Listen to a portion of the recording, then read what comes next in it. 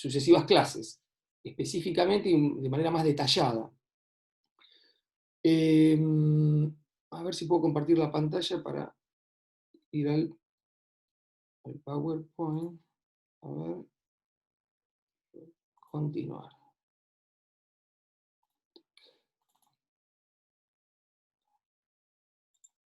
Bien. ¿Ahí están viendo el PowerPoint en pantalla? Háganme así con la cabeza, si lo ven. Bueno, creo que sí. Bueno, elemento y presupuesto del contrato. Yo lo puse así un poquito en chiste, pero un poquito en serio. Debería indicarse al revés. Primero presupuesto y luego elementos. ¿Por qué decimos eso? Porque los presupuestos son previos a la existencia de un contrato y los vamos a ver al final, están en la última imagen del PowerPoint. En cambio, los elementos son la base que constituye la estructura misma del contrato. Entonces, cuando hablamos de la existencia de un contrato, tiene que tener necesariamente estos elementos intrínsecos, que ahora lo vamos a ver, tratándose de elementos esenciales. ¿Por qué? Porque los elementos que componen un contrato, para la existencia del mismo, debe tratarse de los elementos esenciales, que ahora están enumerados y, como les decía yo, que van a ser objeto de tratamiento con posterioridad. Y pueden formar parte también, no, forman parte por defecto también los elementos naturales. Y por último pueden estar los elementos accidentales. Pero los que necesariamente deben existir son los elementos esenciales, ¿sí? Que hacen a la estructura, decía. ¿Cuál es la diferencia? Bueno, ahora vamos uno por uno. Cuando se trata de elementos esenciales, tenemos que hablar del consentimiento, del objeto y de la causa. Esto está distribuido en el código, ahora lo vamos a ver también, porque está tratado como acto jurídico. Todo acto jurídico tiene que tener un consentimiento, un objeto y una causa. Bueno, eventualmente una forma cuando se trate de forma esencial, que también lo vamos a ver más adelante. Entonces tenemos que el consentimiento es el acuerdo que surge de las manifestaciones intercambiadas. Ese consentimiento es la manifestación que van a realizar las partes al momento de contratar. Ustedes me apuran un poquito, yo les diría que el consentimiento es el contrato mismo. Es ese acuerdo, es ese ida y vuelta, digamos, que tienen las partes al momento de contratar. O sea, cuando alguien expresa su voluntad de realizar una compraventa, de comprar y otra de aceptar y de vender, bueno, ese consentimiento sería el contrato mismo. Obviamente que debe estar completado, digamos, con el objeto y la causa. El objeto es la prestación, que es el bien o hecho prometido. Entonces, el bien o hecho prometido de ese contrato va a ser el objeto. Y, por último, la causa, que es la finalidad perseguida determinante de la voluntad. O sea, si falta alguno de estos elementos esenciales, no va a existir el contrato. No va a existir o va a adolecer de algún otro efecto, sea porque el consentimiento esté viciado, o sea porque no tenga objeto. Y la forma esencial es la solemne absoluta. Ustedes no van a encontrar un artículo en el Código Civil que diga, como lo dicen en otros códigos, no sé si lo vieron en el PowerPoint, cuáles son los elementos que componen un contrato. O sea, están en el código, pero no hay un artículo que diga esto y esto. Eso es una evolución doctrinaria, digamos. La doctrina ha dicho, bueno, estos son los elementos. ¿Por qué? Incluso no toda la doctrina coincide en que se trata de estos elementos lo que hacen a la estructura del contrato. ¿Sí? Por último, le estaba diciendo que la forma es esencial porque la forma, les adelanto, que es la exteriorización de la voluntad jurídica, la exteriorización de la voluntad. Entonces ya, bueno, muy brevemente explicado, les dije que era el consentimiento, el objeto y la causa. Pero la forma es la manera en que las personas exteriorizan su voluntad. Entonces, puede ser de manera verbal, puede ser de manera escrita, puede ser un poquito más estricto y tratarse de una necesidad de una escritura pública. Y en algunos supuestos muy puntuales, como forma esencial la escritura pública. Entonces, por eso a veces hacia la estructura del contrato la forma esencial, pero si no, Tendríamos que sacarla a la forma como un elemento, sino que es una manifestación del consentimiento. ¿Hasta acá me van siguiendo? Bien. Perfecto. Yo les decía que estos que estamos hablando se trata de elementos esenciales, pero los elementos naturales también forman parte de los contratos, y como le puse también en el Power, son las consecuencias propias que siguen del negocio jurídico, ¿sí? Supletoriamente se complementan con la ley. Entonces, por ejemplo, por eso dice que pueden excluirse. La garantía de evicción, que también lo van a ver más adelante, y de vicio reditorio en los contratos a título oneroso, es una consecuencia natural que surge de los contratos a título oneroso. O sea, cuando hay un contrato a título oneroso, va a existir, aunque nada se diga, la garantía por evicción y por vicio reditorio. Por esos defectos o esos cuestionamientos que puedan existir en la adquisición de una cosa, por ejemplo. O vicios redivitorios, bueno, vicios, defectos que surjan en la cosa adquirida, tratándose de una compraventa, ¿no? Bueno, en ese supuesto, estos elementos van a existir y les decía que supletoriamente van a ser incorporados por la ley. Ahora bien, pueden ser dejados de lado. O sea, los elementos naturales pueden ser dejados de lado por voluntad de parte. Los elementos accidentales, que sería la última categoría de elementos que conforman un contrato, son cláusulas, en definitiva, incorporadas por voluntad de las partes, que le dan precisiones a un contrato en particular. Yo puse, ¿por qué? Porque, en definitiva, hacen a los detalles de la contratación específica. Yo, por ejemplo, puedo estipular un plazo, una condición, se puede realizar un contrato con una señal o barras, esa señal que se entrega, ¿sí? Para garantizar el cumplimiento del contrato, también lo van a ver. Pero eso puede existir o no, y no va a venir supletoriamente. Entonces, en ese supuesto, obviamente que puede ser dejado de lado por las partes o puede ser incluido por las partes. Cuando no se encuentra en juego el orden público, las partes son libres de incluir o excluir determinadas cuestiones de los contratos, determinados elementos, determinadas cláusulas. Bien, existen también, por la clase, vuelvo un poquito para atrás, determinados tipos contractuales, cuando un contrato está nominado, puede tener un tipo, es una estructura específica, regulada por la ley. En ese supuesto, existe la posibilidad, como les puse el ejemplo de la compraventa, que es un contrato típico, nominado, típico del código, en donde la cosa y el precio van a ser elementos esenciales, ¿sí? Entonces, va a haber supuestos en que determinados contratos requieran la presencia de determinados elementos, que van a ser esenciales, porque si no existe cosa en la compraventa, no va a haber compraventa. ¿Se entiende? Bien, sigamos. A ver. Bien. Elementos accidentales. Bien. ¿Cuál es el tratamiento en el Código Civil y Comercial? Ustedes ya saben, por lo que estuvieron leyendo y la clase que les dio, la primera clase que les dio el titular Lombardi. Yo no me presenté, yo me llamo Ariel Moreno, yo formo parte de la cátedra, mi nombre es Ariel Moreno, y bueno, vamos a encontrarnos otra vez, no sé si por Zoom o con algún video grabado. Vuelvo. ¿Cuál es el tratamiento en el Código Civil? Yo les decía, no pierdan de vista que el contrato es un acto jurídico, es un acto jurídico. Es un acto jurídico específico, ¿sí? El 957 establece el concepto, ya lo vieron, pero es un acto jurídico. Por eso, en la sistematización que tiene el Código Civil y Comercial, que ustedes no tuvieron, creo, la posibilidad de estudiar o de leer el código anterior, que duró muchos años, muchísimos años, 100 años, más de 120 años, 130, en el que, bueno, con muchas modificaciones, en el que era todo muy, justamente, no tenía la sistematización de un código moderno. Entonces era mucho más complicado, se repetían cuestiones, faltaban otras. Bueno, en general, el tratamiento que tiene el Código Civil, no solamente para esto que estamos viendo, sino para otras cuestiones, es mucho más orgánico, más sintético, más fácil de estudiar, de leer, de interpretar, de ubicar. Entonces tenemos que los actos jurídicos, de los cuales forma parte del contrato, tienen una regulación en el libro primero, en la parte general, ¿sí? Entonces, ahí vamos a tener, yo no les digo mucho los artículos porque en definitiva ustedes los tienen anotados en el Power que yo les di acá.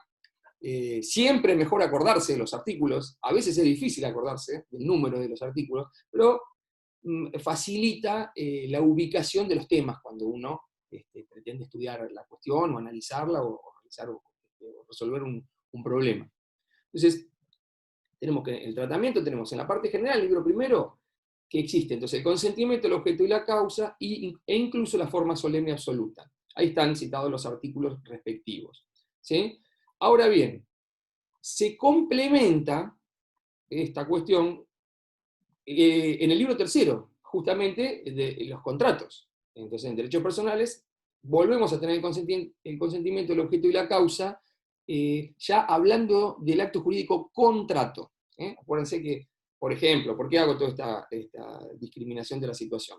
Porque puede haber actos jurídicos que no son contratos, como por ejemplo, la celebración del matrimonio, puede ser la redacción de un testamento, es un acto jurídico, no son contratos ninguno de estos dos que les dije, para estar regidos por otra normativa. Sin embargo, la parte general abarca a todos. ¿Sí? Bien. Libro tercero. Bien, en la legislación comparada, ¿qué encontramos? Me tomé el trabajo de buscar estos artículos, en internet hoy en día se encuentra todo, y están muy bien determinados, así tal cual están transcritos acá en el Power que les dije. La legislación, ¿cómo hacen? En la mayoría de los casos se enumeran los elementos del contrato. ¿Sí? El nuestro, como le dije, no, pero eso no hace a la cuestión.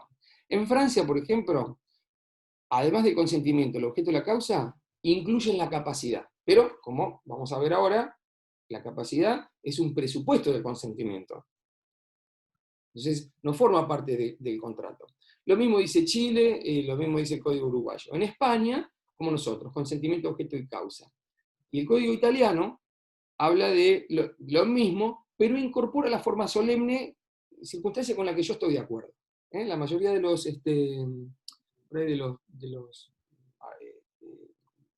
libros que lean o los apuntes que tengan acceso, no van a incorporar la forma como un elemento del contrato. Yo creo que sí. Yo les decía que los elementos son los requisitos intrínsecos, porque conforman el contrato. En cambio, los presupuestos, y acá todo lo que estuve hablando ahora, digamos, esto es lo más importante. Los presupuestos son los requisitos extrínsecos porque existen independientemente de que se celebre un contrato o no.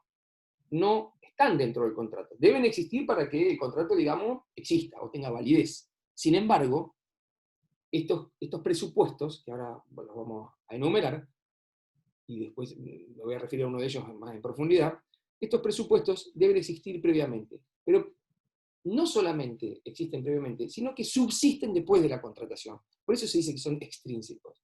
O sea, la capacidad, la legitimación y la aptitud del objeto, la capacidad, la legitimación y la aptitud del objeto, ¿sí?, conforman presupuestos que deben existir previamente a la celebración del acto. O sea, todos ustedes tienen más de 18 años. Ahora vamos a ver el tema de capacidad más pormenorizadamente. Todos tienen capacidad. Sin embargo, en este momento tienen la capacidad de ejercicio, también vamos a ver eso, no la están ejerciendo para realizar ningún acto jurídico, no la están realizando ningún contrato en este momento. Por lo tanto, la capacidad ustedes la tienen, pero no está formando parte de un contrato. Sin embargo, al celebrar el contrato, ustedes deben tener esa capacidad. ¿Se entiende cuál es la idea? La capacidad existe previamente. Un doctrinario argentino que ya ha fallecido, Atilio Aníbal Anterini, que a mí me gustaba mucho cómo daba conferencias y los libros, decía que esto se trataba de un prius. Los presupuestos son un prius, algo que antecede. Bien, entonces la capacidad, la legitimación, es una especie específica de capacidad, vamos a decirlo así, y tomado con pinza. Porque es la calificación requerida para celebrar válidamente un acto determinado, un acto jurídico determinado. Entonces, la legitimación es que tal persona puede hacer ese acto, no los actos en general, como es la capacidad, sino ese acto. Y pasa lo mismo con la aptitud del objeto. Son los requisitos que la ley impone para considerarlo válido. La aptitud del objeto no hace que el objeto, ese objeto forme parte del contrato. Si decimos nosotros que un automotor de mi propiedad, ¿sí?, puede ser objeto de un contrato, yo en principio tendría que decirles que es apto. Ahora, si se trata de el mar argentino, no puede ser objeto de un contrato. ¿Sí? Los bienes del dominio público no están dentro de la posibilidad de contratación. Los bienes del dominio privado sí, del Estado, por ejemplo. U otras circunstancias, un objeto que no sea válido, que sea ilegal, que sea inmoral, que sea imposible. Bueno, lo van a ver todo cuando vean objetos también. En definitiva, lo más importante que ustedes tienen que entender de esto que estamos hablando es que en qué se diferencian los elementos de los presupuestos. ¿Sí? Bien, hasta acá terminamos esta parte. Vamos a dejar esto acá. Vamos a volver, vista de la galería. Veo pocos de ustedes, algunos los veo. Ahí los veo a más. Bien. Hasta acá, los que me están viendo, si me escuchan, me asientan con la cabeza, y si hay alguna pregunta, me la dicen, y si no, bueno, o me mandan ustedes vieron que pueden hacer preguntas a través del Moodle y demás, ¿sí? A ver si veo más. Bueno, la mayoría tengo sus fotos, por eso es difícil también ver si me están asintiendo o no. Bueno, perfecto. A ver, si hay alguna pregunta. No entiendo a qué se refieren los objetos naturales, me dicen acá. Bien, y la fecha de los parciales. Bueno, ahora eso después lo vemos. Los elementos naturales, los que no sé quién no me entendió, pero lo repito rápidamente, son aquellos que surgen del ordenamiento jurídico, son elementos, forman parte del contrato, llamémosle eh, por defecto. O sea, existen, así las partes no se refieran a ellos. ¿Sí? O sea, la garantía que tiene un vendedor en un contrato de compra-venta de una cosa, llamémosle de un inmueble, imaginemos de un inmueble, que tiene defectos, porque hay caños que pierden, que no se veían, una columna está rota y lo habían tapado, bueno, todo eso surge, esos vicios que tienen el objeto que formó parte de la compra-venta, que formó parte del contrato, ¿sí? La ley le confiere acción al adquirente para poder demandar su saneamiento. Lo mismo ocurre con la evicción. ¿Sí? La evicción ocurre cuando aparece un tercero que alega tener mejor derecho sobre la cosa que fue objeto del contrato. Entonces, no hace falta que existan necesariamente, pero existen porque la ley ya los prevé. Así todo pueden ser dejados de lado por las partes. ¿Sí? No sé si se entendió un poquito, pero esos son elementos naturales. Ustedes si leen, que es uno de los libros recomendados por la cátedra, aborda, les va a decir que la gratuidad es un efecto propio del contrato de donación. No sé si estoy muy seguro de eso, que sea así como lo dice Borda, pero bueno. ¿Ok? La forma esencial puede no ser siempre un elemento.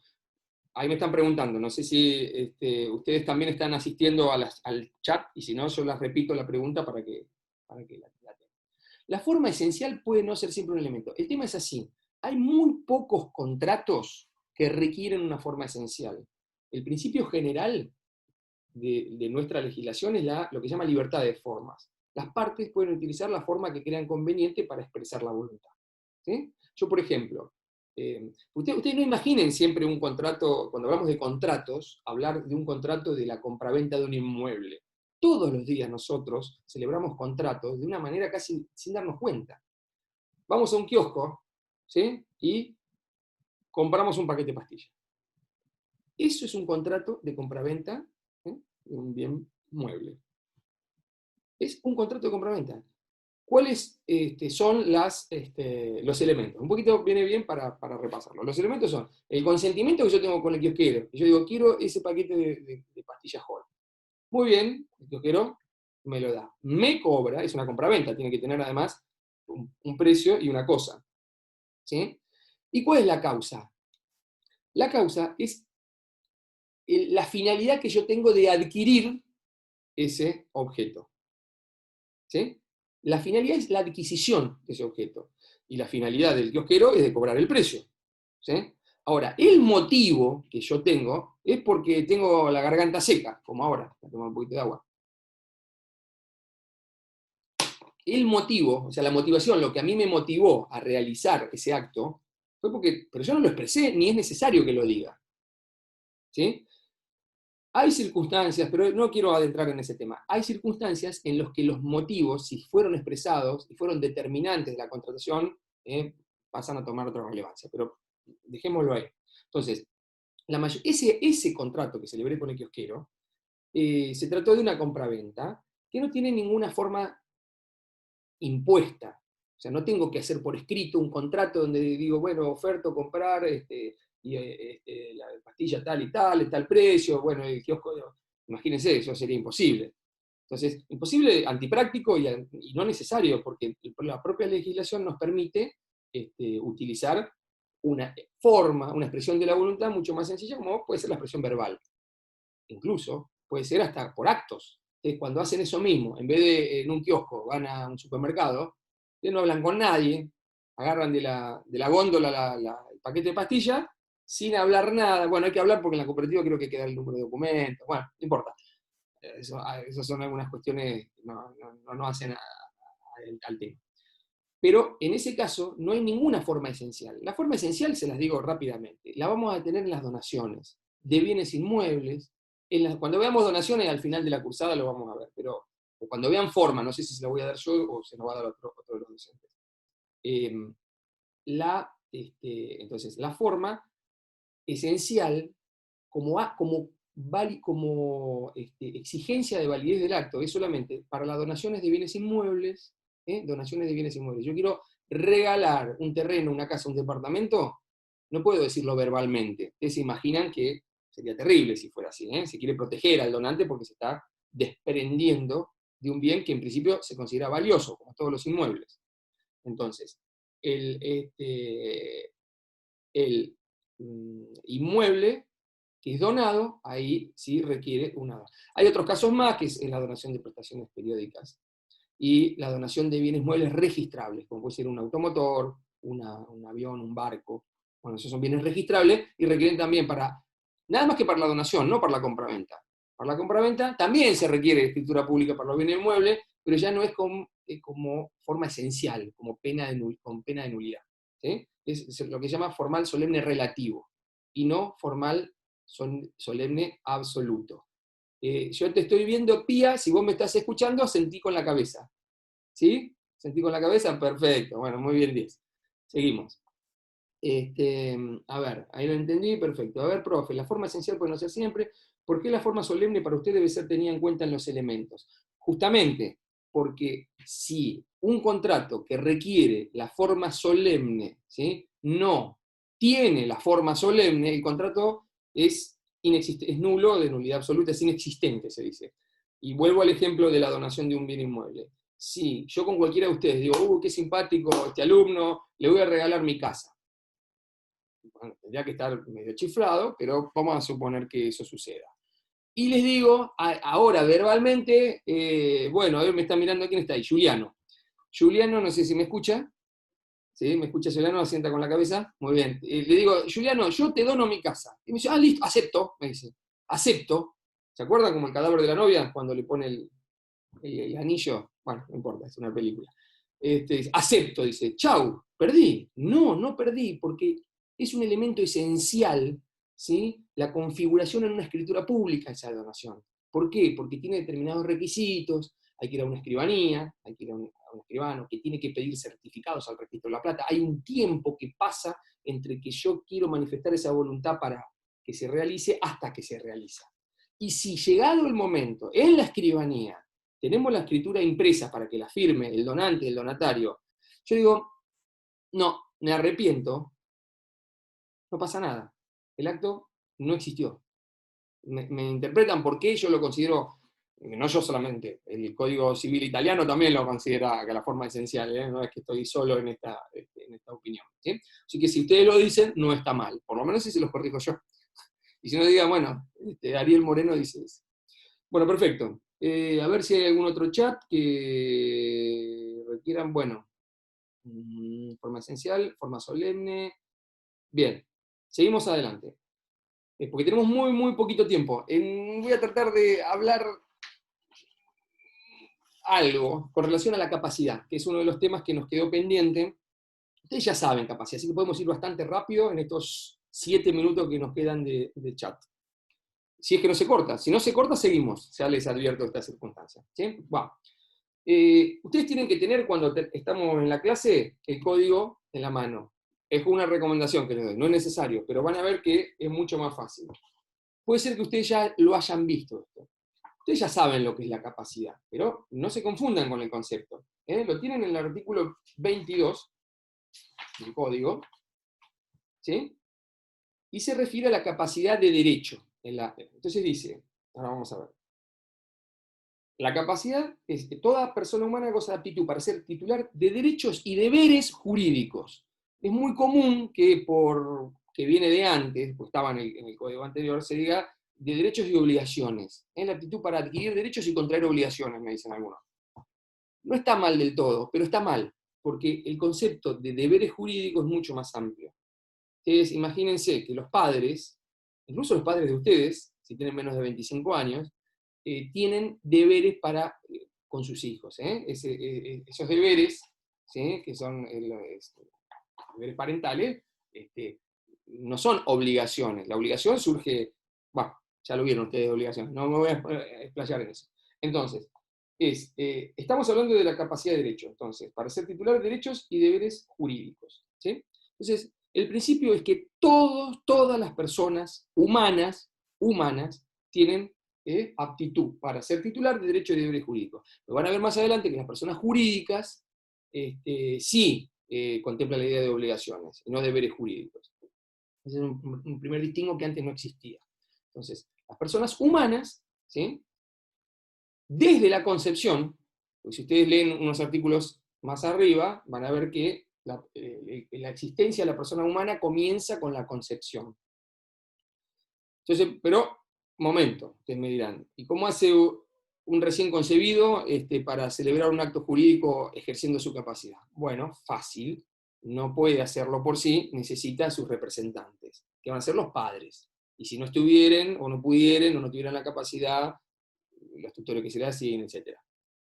Ahora bien, estamos entrando en el tema de lo que se llama capacidad de ejercicio. O sea, toda persona tiene capacidad para ser titular de derechos y deberes jurídicos, con algunas excepciones muy puntuales que no están referidas a la persona, sino a la persona en determinadas circunstancias. Eso lo vamos a ver justamente en la parte especial de los contratos. En la parte especial, cuando se refiere en el título tercero, quiero decir. ¿Por qué? Porque vamos a ver que determinadas personas como los funcionarios públicos, los jueces, secretarios, auxiliares de la justicia, además los abogados, bueno, no van a poder celebrar contratos que tengan por objeto bienes en los cuales ellos hayan intervenido en su calidad de tal. No quiere decir que un juez no tenga capacidad de derecho, sino que no tiene la posibilidad de contratar sobre bienes que hayan que hayan estado en trámite, digamos, en sus respectivos juzgados.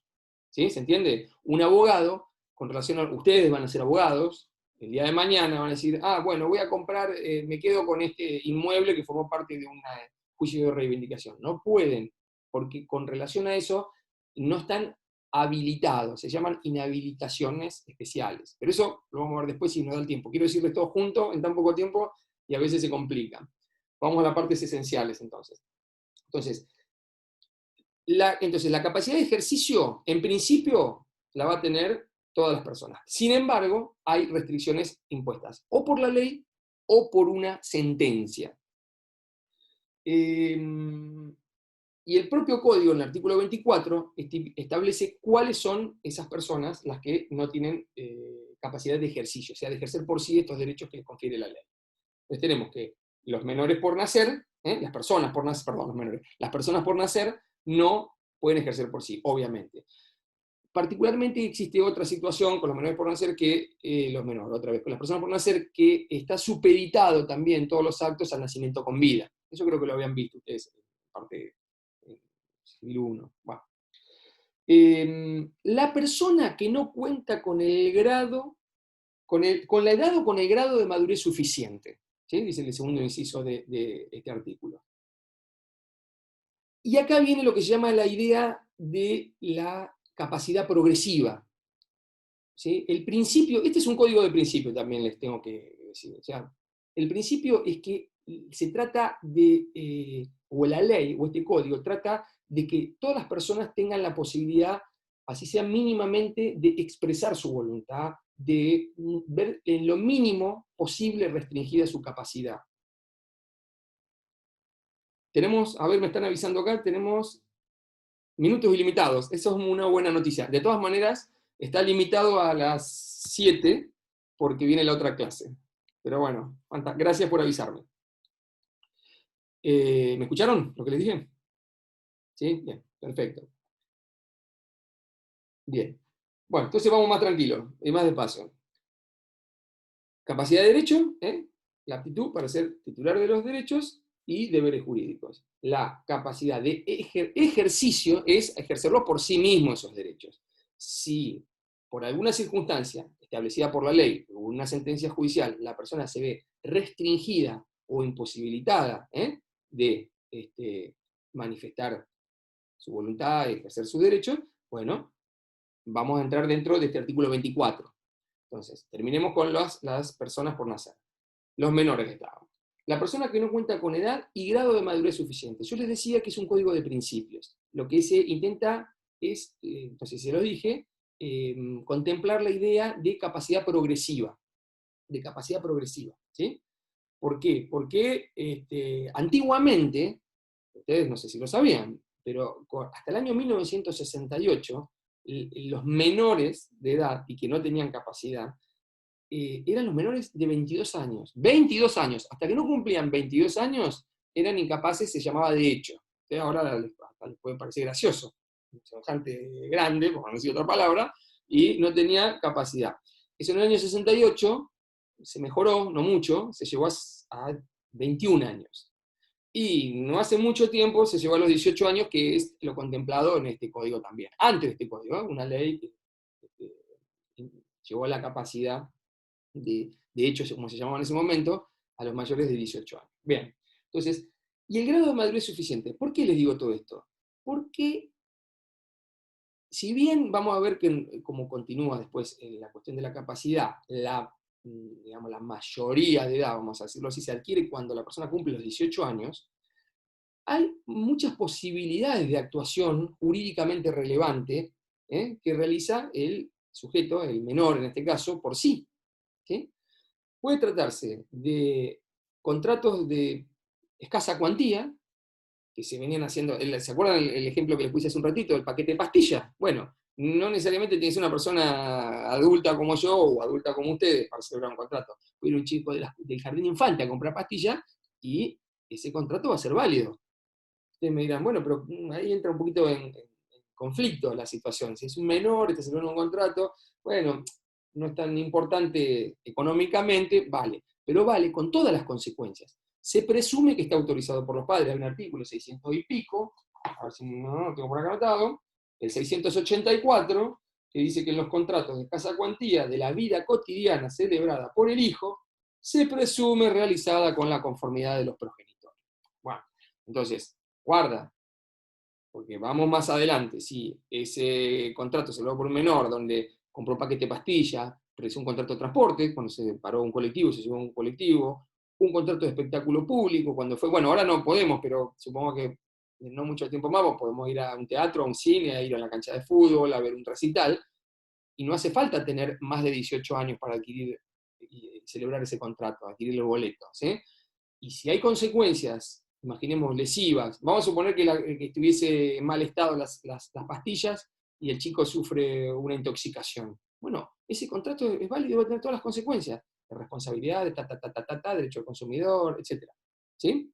Entonces, esos contratos son válidos. Por eso les digo, no es que no pueden realizar ningún contrato. ¿Cuándo adquieren la capacidad plena? Cuando tienen 18 años. Sin embargo, el código hace algunas distinciones también. Se llaman niños a los menores que no hayan cumplido 13 años. Y los de 13 hasta los 17, inclusive antes de llegar a los 18, los llaman adolescentes. Eso también tiene ciertas consecuencias. Otra división importante la tenemos a los 16 años. ¿Sí? ¿Por qué? Porque a los 16 años puede celebrar contrato de trabajo, ¿sí? Un menor. Y el dinero que adquiera con su trabajo le puede servir para realizar contratos, ¿sí? Adquirir bienes, y de esos bienes va a tener la administración y libre disposición también. Entonces, guarda, no es que es tajante, ese concepto de que uno no es capaz hasta llegar a los 18 años, no es tajante. Siempre contando con el grado de madurez suficiente. ¿Por qué? Porque puede existir la situación de que viene un nene de 2 años, bueno, por ahí el nene de 2 años no se le vende una entrada. Y otra cuestión es que, ustedes la saben, pero la recordamos, es que el discernimiento para los actos ilícitos se adquiere a los 10 años, se adquiere jurídicamente hablando, a los 10 años, y para los actos lícitos a los 13, que coincide con ¿cómo se dice? Con los adolescentes. A ver, partime con Vélez. Bien, viajar en colectivo. Bien, yo voy viendo los chats acá que me van escribiendo. Me parece una muy buena, los dejé abiertos en un costado de la pantalla, así que aprovechen dentro de lo que yo les pueda decir. Bueno, hasta acá me van siguiendo cómo es el tema de la capacidad progresiva, la capacidad de hecho. Después vamos a seguir con el tema de los menores. Terminemos con el artículo 24. Artículo 24. Tengo acá, la persona declarada incapaz por sentencia judicial en la extensión dispuesta de esta decisión. ¿A qué se refiere? A las personas que tienen un proceso judicial donde un juez determina que una persona, acá se habla directamente de la persona incapaz, totalmente incapaz de ejercicio, porque también hay que distinguir a los que tienen una limitación en la capacidad, para que no está plena, que está limitada, valga la redundancia, y los que tienen una incapacidad declarada. El propio código se encarga de decir, iba a decir la palabra, de prever la circunstancia de que la persona, cuando sea absolutamente imprescindible, que no se pueda comunicar de ninguna manera, que no pueda expresar su voluntad, recién ahí el juez tiene que declararle la incapacidad. ¿Por qué? Porque la incapacidad desplaza, ¿sí?, la posición de la persona por la de en este caso, si es un mayor de 13 años en adelante, de un curador. El curador es el que celebra los actos jurídicos en nombre de su representado, del declarado incapaz, con los alcances establecidos en la sentencia, ¿sí? El código no busca llegar a eso. Trata que por todos los medios posibles la persona pueda expresar su voluntad. Y hay una posibilidad intermedia, y a esto quiero llegar, que es que la persona puede tener una restricción en su plena capacidad. Y en ese supuesto ya no va a tener un curador, sino que va a tener lo que se llama un apoyo. Un apoyo. Los apoyos, ¿sí?, son las asistencias, cualquier circunstancia que determine el juez que sirva o que acuda en beneficio de la persona que tiene restringida su capacidad, ¿sí? Pero no lo reemplaza, sino que coadyuva, ¿sí? Es una manera de colaborar, de asistir, ¿sí? Y puede ser que en la sentencia se estipule que el acto celebrado por esta persona con capacidad restringida no sea válido si no está suscripto y asistido por el apoyo. ¿Se entiende? Entonces, lo que se trata es eso, de limitar las sentencias que declaren totalmente la incapacidad de la persona. ¿Saben a qué me estoy acordando? Me viene a la mente. ¿Se acuerdan del astrofísico ese que falleció hace poco? El astrofísico inglés, Stephen Hopkins, que prácticamente movía un ojo, nada más. O sea, el resto no podía expresarse verbalmente, por escrito, nada. Sin embargo, esa persona daba conferencias, escribía libros, hacía investigaciones, tenía plena posibilidad de expresarse. Entonces, imagínense, ¿qué juez va a declarar la incapacidad de una persona así? ¿Quiénes son los legitimados? Bueno, las personas, los próximos, el cónyuge, el ascendiente, descendiente, y eventualmente el Ministerio Público, ¿no? Pero, en principio, la idea es de mantener lo más posible de la capacidad de ejercicio de la persona, a lo sumo con un apoyo. ¿Hasta acá se entiende todo? Si me dicen que sí, yo sigo adelante. Ok. Si hay preguntas, sí, sí, bueno, fantástico. ¿Se escucha bien o se escucha cortado, entrecortado? Porque yo no me escucho, no sé cómo me escuchan ustedes. Perfecto. Porque esto es un experimento. En la cátedra yo preferí, ¿se escucha bien? Bueno, bárbaro, gracias. Gracias a todos. A veces entrecortado, bueno, perfecto. Si hay alguna circunstancia en la que se escucha entrecortado, me lo dicen y repito. Ok, muy bien, 10. Bien. Me voy guiando, siempre ustedes, como les decía, tengan a mano el código. Bien. Los menores de edad ejercen, bueno, a través de sus representantes, yo no sé si se lo dije, pero... Y hay algo importante también. En todo proceso, el menor, sea niño incluso, o adolescente, tiene derecho a ser oído en trámites que tengan que ver con ellos, sean sus bienes o en su persona. Te parece exagerado, pero eso está contemplado en la Convención de los Derechos del Niño. O sea, eso forma parte de tratados internacionales, aprobado por leyes, bueno. El código tiene, también lo vieron, una constitucionalización y demás. Entonces, siempre se trata de dar la mayor participación posible. El menor imaginemos un menor de 12 años, que está siendo habilitado para salir del país para viajar al exterior con unos tíos, si quisiera prestar el consentimiento en el instrumento que lo habilita, está perfectamente habilitado, que está perfectamente autorizado a hacerlo. ¿Sí? Parece raro, pero puede ser. Puede darse el supuesto. Bueno, ¿cuáles son otras causales de emancipación que existen? Más allá del, no emancipación, digamos, al cumplir los 18 años. La posibilidad de que el menor contraiga nupcias, que se case. El casamiento, ¿sí? Antes de los 18 años, requiere autorización de los padres, si tiene más de 16, del juez, si tiene menos. Bueno, vamos a suponer que una persona se case antes de los 18 años. Adquiere plena capacidad de ejercicio. ¿Sí? Esto también probablemente lo sabían ustedes. Pero es bueno recordarlo. Entonces, adquiere capacidad de ejercicio y puede ejercer como un adulto para todos los actos. Con tres excepciones, que no puede aprobar las cuentas de los tutores ni darle finiquito, no puede donar los bienes que haya recibido a título gratuito y no puede afianzar obligaciones. Se lo dije rápido porque lo van a leer ustedes, pero bueno. Tengan en cuenta que tienen plena capacidad de ejercicio. ¿Sí? Bien. ¿Qué más les puedo decir? Haciendo más breve todo el tema. Los menores con título habilitante. ¿Qué es darle finiquito? Es darle por aprobada, digamos, dar por concluida. El finiquito es la conclusión de la rendición de cuentas. Es un acto jurídico, digamos, que concluye el vínculo entre el menor y su tutor. Terminar la aceptación. Bueno, muy bien. Les decía que los menores con título habilitante también adquieren capacidad de ejercicio. Entonces pueden adquirir bienes, venderlos, todo, con lo que resulte producto de su trabajo.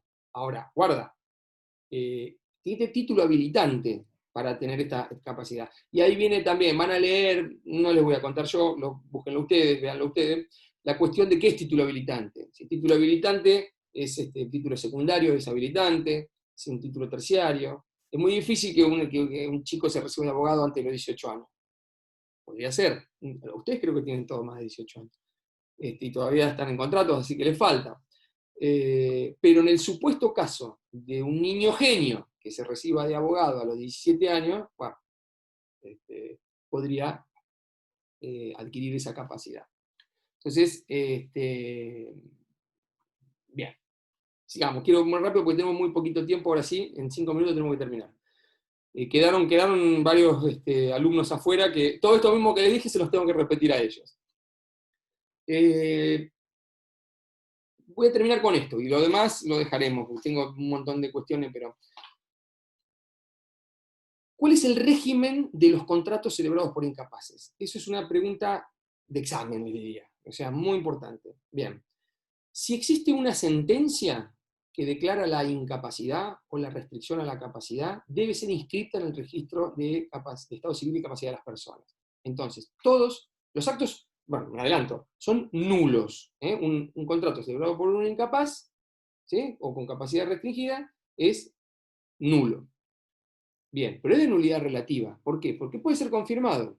Ustedes imagínense un contrato celebrado por un chico de 17 años que al mes siguiente cumple 18. Lo confirma y el acto adquiere su validez. Pero vamos a ver el supuesto de una persona que en la sentencia lo declara incapaz. Esa sentencia, o sea, la minoría de edad no se tiene que escribir en ningún lado, ya existe porque la propia acta de nacimiento y la identificación personal del chico determina cuál es la edad. O sea, eso no hay que hacer ninguna investigación ni ya es conocido por los terceros. En cambio, una persona que es declarada incapaz, o que tiene restringida la capacidad, o que es inhabilitado del 48, que son los pródigos, no hay tiempo ahora para contarles todo eso, pero léanlo, y cualquier duda me mandan un chat o lo que fuera después y lo terminamos de ver si tienen dudas. Pero ¿qué pasa? Debe inscribirse, le decía. Y todos los actos posteriores a la inscripción, ¿sí?, son nulos. Los anteriores a la inscripción pueden ser declarados nulos, ¿sí?, si le traen un perjuicio a la persona incapaz, y además se da uno de los siguientes supuestos, ¿sí?, que la enfermedad haya sido conocida, que haya sido de mala fe la persona que contrató con el incapaz, o que el acto haya sido a título gratuito. Entonces, si se dan esos supuestos, el acto puede ser declarado nulo, ¿sí?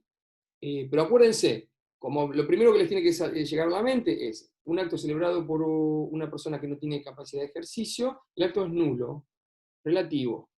En cambio, los actos de los inhabilitados para contratar del artículo 1001 y 1002 del Código Civil, que les recomiendo que los lean, ¿sí?, son 3 artículos que se refieren a la capacidad en la parte especial de los contratos. Bueno, en ese supuesto, la nulidad es insalvable, la nulidad es absoluta. Entonces, como les decía, un juez no puede comprar un bien. ¿Qué otros supuestos hay de inhabilidad? Quiero decirle todos, discúlpenme chicos, y no me da el tiempo. ¿Dónde tenía que inscribirse? Me preguntan, en el registro de Estado Civil y Capacidad de las Personas, el registro que es provincial, ¿sí? El registro de Estado Civil y Capacidad de las Personas, en este caso las actas están en Calle Castelia, acá en Bahía Blanca. Ahí tienen que inscribirlo. Bien, yo les decía que se fijen también en los artículos 1000, 1001 y 1002. El 1001 y 1002 se refiere a los inhabilitados para contratar. Que no le dije que los cónyuges entre sí no pueden celebrar actos jurídicos. ¿Sí? Perdón, no pueden celebrar contratos, no actos jurídicos, no pueden celebrar contratos que sean con intereses contrapuestos, los que no optaron por el régimen de separación de bienes. Eso no puede, porque uno puede una compraventa o una donación entre cónyuges. ¿Sí? Esos actos son nulos, tampoco puede ser por interés de persona, pero sí puede darle un mandato a un cónyuge a otro, puede celebrar un contrato de mandato, o sea, puede dar un poder para que actúe en su amplia representación. Eso sí puede. Y en lo que se refiere al artículo 1000, también les decía que lo vean porque dice que se refiere a que la parte capaz, en la celebración de un contrato entre un capaz y un incapaz, no puede pedir la nulidad del contrato. Y no puede exigir que se le devuelva lo que entregó o lo que pagó por ese contrato, salvo, ¿sí?, que el incapaz se haya beneficiado, enriquecido o que aún contenga el bien entregado, para evitar el enriquecimiento sin causa. Bueno, yo les pido disculpas, tengo que cortar acá porque faltan 4 minutos para habilitar la otra reunión. Si no hubiesen sido que completaron el cupo de los 100, yo seguía charlando con ustedes. Si les pareció interesante esta manera de contactarse, me lo hacen saber también, porque realmente era un experimento, no sabíamos si iba a funcionar o no. Si a ustedes les sirvió, si lo entendieron, si lo escucharon, si fue más completo que por ahí un pequeño mail que yo les pueda enviar, lo repetiremos en otra oportunidad, ¿sí? Y si no, bueno, buscamos otras alternativas. Bueno, yo les agradezco los mensajes que me están mandando. Parezco un locutor de radio que le va recibiendo los mensajes y bueno, les agradezco sinceramente y bueno, si ustedes tienen un chat o un WhatsApp, que me dijeron también en algunos de los casos que se podían comunicar con otros compañeros que no participaron, bueno, díganle que dentro de 3 minutos, yo ahora tomo un vasito de agua y demás, me conecto nuevamente y volvemos a charlar todo lo que vimos recién. Así que bueno, les digo chau y hasta la próxima.